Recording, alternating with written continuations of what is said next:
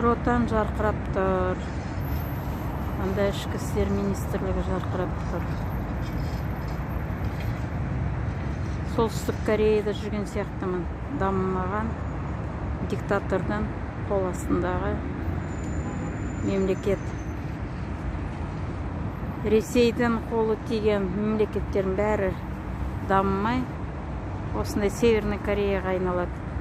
Ал Американың қолы тиген ел Оңтүстік Корея сияқты дамып, әлемдегі робот жағынан бірінші орында тұрған Оңтүстік Корея. Ресей бізді қандай құрдымға жеткізді?